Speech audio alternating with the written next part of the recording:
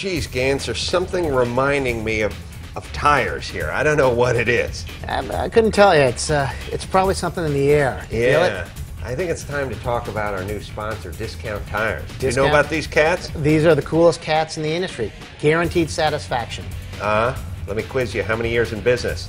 Over 50 years. What about puncture protection? Free puncture replacement and rotation of tires. Well, that's it. Screw you. I'm bringing my rims over there. By the way, thanks. Oh, yeah.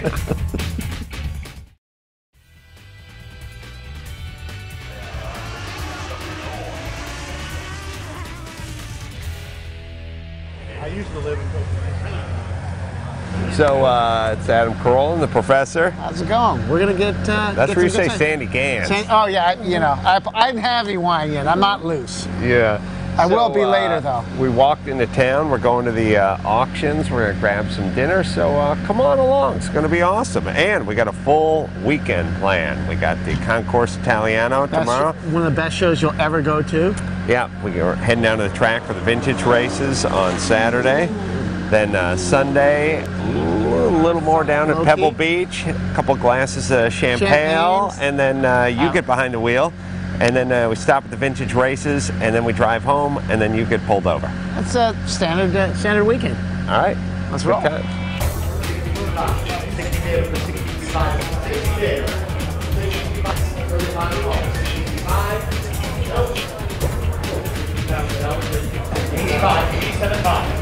Well, now we've made our way inside the RM auction at Monterey. Car's going off at 87.5 right now. You got credit card, right? That was a Ford Festiva, a 1988 Ford Festiva. That's how expensive. Then you have to add 10% to that. Both sides. So you're Seller and buyer. getting close to 100 grand there.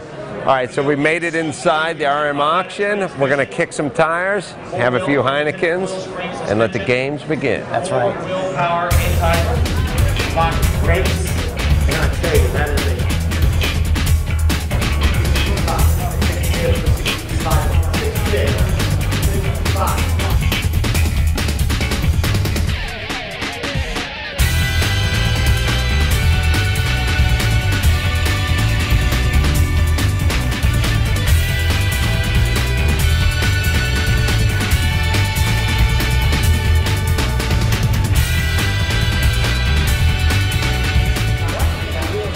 What we got here? What is this? Blower? This is a bone stock Vega, 1977. Duesenberg style. Yeah, it's nice. Straight 8. Look at that. Got a blower on top. Let's see, 1933 Duesenberg SJ. Oh, man. You were the belle of the ball. This is a crazy big car. So if you too. own this in the 30s, you're like the hippest dude in town, but then you also could die of syphilis.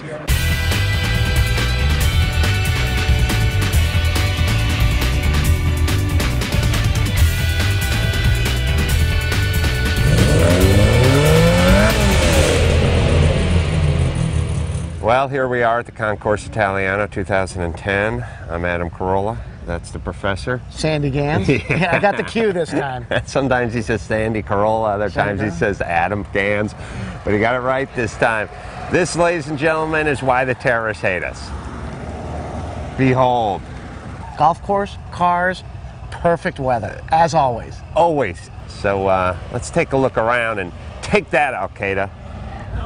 Standing out front of the Ferrari Transport, these things, Crazy I think this thing got restored very recently, and these vehicles didn't really have much value a few years ago, and now it's insane, right? It's probably sitting in a barn in Italy somewhere, and some guy said, I know what's that, they found it, but it's bitching. I mean, it's a little bit of totem history. Imagine this thing in the 60s with a couple GTOs on board. Maybe. And a wine, probably a refrigerator for the wine, for the driver. Nothing wrong with a little vino. It's part of the racing. Yeah. Right-hand drive, and again, I think it's a Fiat truck. That's what we hear from the Wheeze, modified I'm assuming it's been heavily modified in the rear. And again, now if you're a super rich guy, you not only have to have the vintage race car, Got to buy but the you have bus. to Transport. can't have it pulled around in your Ford Excursion. Nope. You know, needless to say, it's the bar's been raised again. Yeah. Standing here with Eric Sander with his 275 Ferrari Jib 67 blah blah blah. 275 GTV4. Yeah, that's what I was talking about. Well, tell us about this car. First thing, it's a 4-cam car, 6 carburetor, downdraft Webers. What else do we need to know? Well, this cruiser was built under Enzo Ferrari's exclusive ownership. Right before Fiat took over. The Daytona was in development when Fiat took over. So this, to me, is like the last Ferrari that was built by Enzo Ferrari.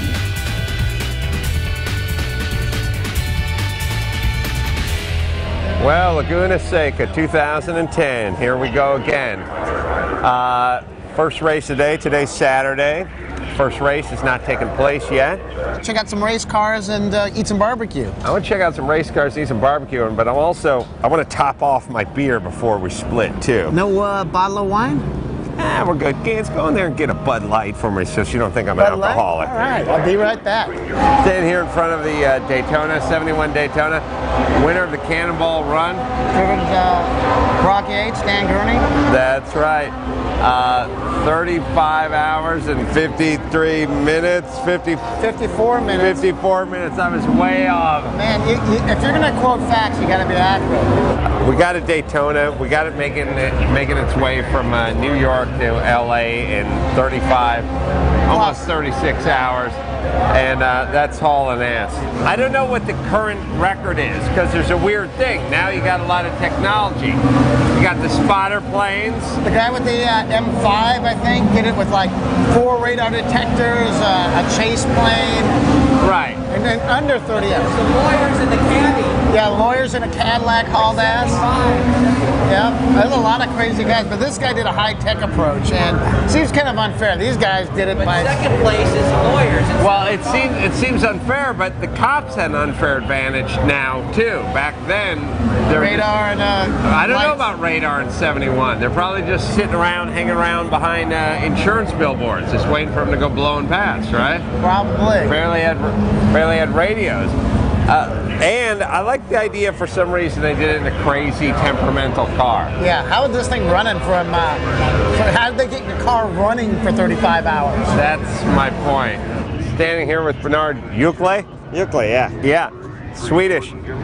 Swiss. No. That's same difference. Swiss. We're ugly Americans. We don't know what the hell's going on.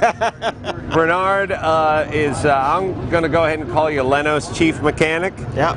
He's the man we talk to whenever we go to Leno's shop. Bernard told me last time I saw him a few weeks ago that he's going to be racing a Jaguar out here.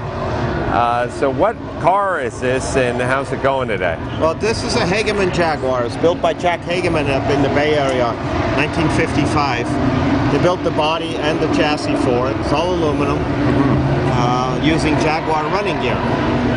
So British racing green. Yeah, it used to be red, but they didn't like the red because everybody thought it was a Ferrari. Right. And so, Bernard, this car's got a little, I don't know, 120 or something in it, but it's also some Ferrari styling cues. Yeah. Like where the headrest or head cushion is. And you come down here to drive this year, but how's it been going? Well, it worked really well on Thursday for practice. And then on Friday, it developed a misfire coming out of the corner. It wouldn't pull clean out of the corner. Right. So we got about 4,500, maybe 5,000 drifts. And then it would clean up and go. Right. So we checked everything. We changed spark plugs. We didn't really find anything. The plugs were kind of iffy, so that, well, maybe that's it. So on Friday morning, this morning, right, it still ran bad. Right. So we started checking and we found a bad float in the front carburetors. It was taking on fuel and sinking. Filled up the float and then swamped it, essentially. Yeah. So we put a new float in it, put a set of fresh plugs in it. Boy, we got it now. Go out, still doing it. So all through the race, we were fighting with this you know, lack of acceleration coming out of the corner, especially tight corners like 11 and 2. What class are you racing?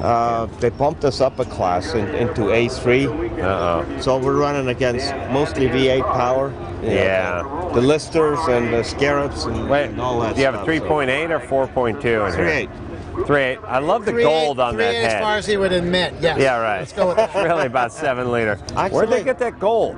Actually, the E-Type, the 9-to-1 compression cylinder head on the E-Type, that was a color code for it. They do different colors for different heads. Yeah, I always was seem the to see that gold on there, and I just love it, even though it never, the cars are never gold, but it just looks, it's ubiquitous it's a color with code for the the Jag compression engine. ratio on the cylinder head.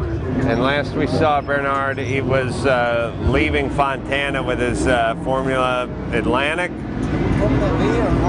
Atlantic, yeah. Got a little airborne, 130 miles an hour, broke a few pieces. Yeah, they don't fly real well. Actually, it's the landing that's really bad. The flying is not so bad, but the landing is really bad. And we'll see if you're ready for Coronado in a few months. I was just talking to the guy that's building us a new chassis, and he seems to think we should have it back in a week or 2. And it's interesting, his philosophy and our philosophy is a little bit different, which is he only wants cars he can drive on the street. Right. And you like race cars. I love race cars too, but what I think a lot of people don't realize is Leno doesn't really have any race cars in his entire collection, does he? Well, some pre-war cars. Like some of the Bugattis are race cars. But then what, you would drive them to the track and then race them and drive them home. Right. And you were able to do that in the early days, pre-war stuff. Of course, that's once you got into the 50s and 60s, race cars became so specialized that they're no longer street drivers. But once in a while you get drunk and you tell them, Jay, come on, how about you get a race? I'm getting 917 in here every once in a while. Let me work on that. Some of the chitty chitty bang bang mobile, right? Yeah, I wish he would get some race cars, but you know, he's not into that. He just wants to jump in. He drives those cars and just go for a ride. Well, that's what Bernard. That's what gives you time to work on your Formula Atlantic. Yeah. Sorry, you had a little bit of a disappointing weekend over here. Could have been better, but you know, we didn't damage the car. We didn't blow the engine. So we're good to go another day. So. All right, Bernard. We'll see you in Coronado in a few months. I hope so. Yeah. We'll be there. Thanks for the bezel, buddy. All right, no problem. Thanks for the beer.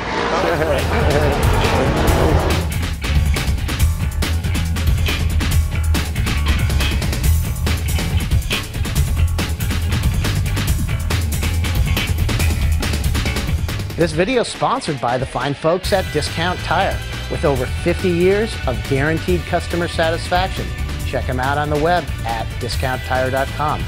And stay tuned for next week's episode with part 2 of the Pebble Beach experience with me, Ace, and the Wheeze, hitting it hard.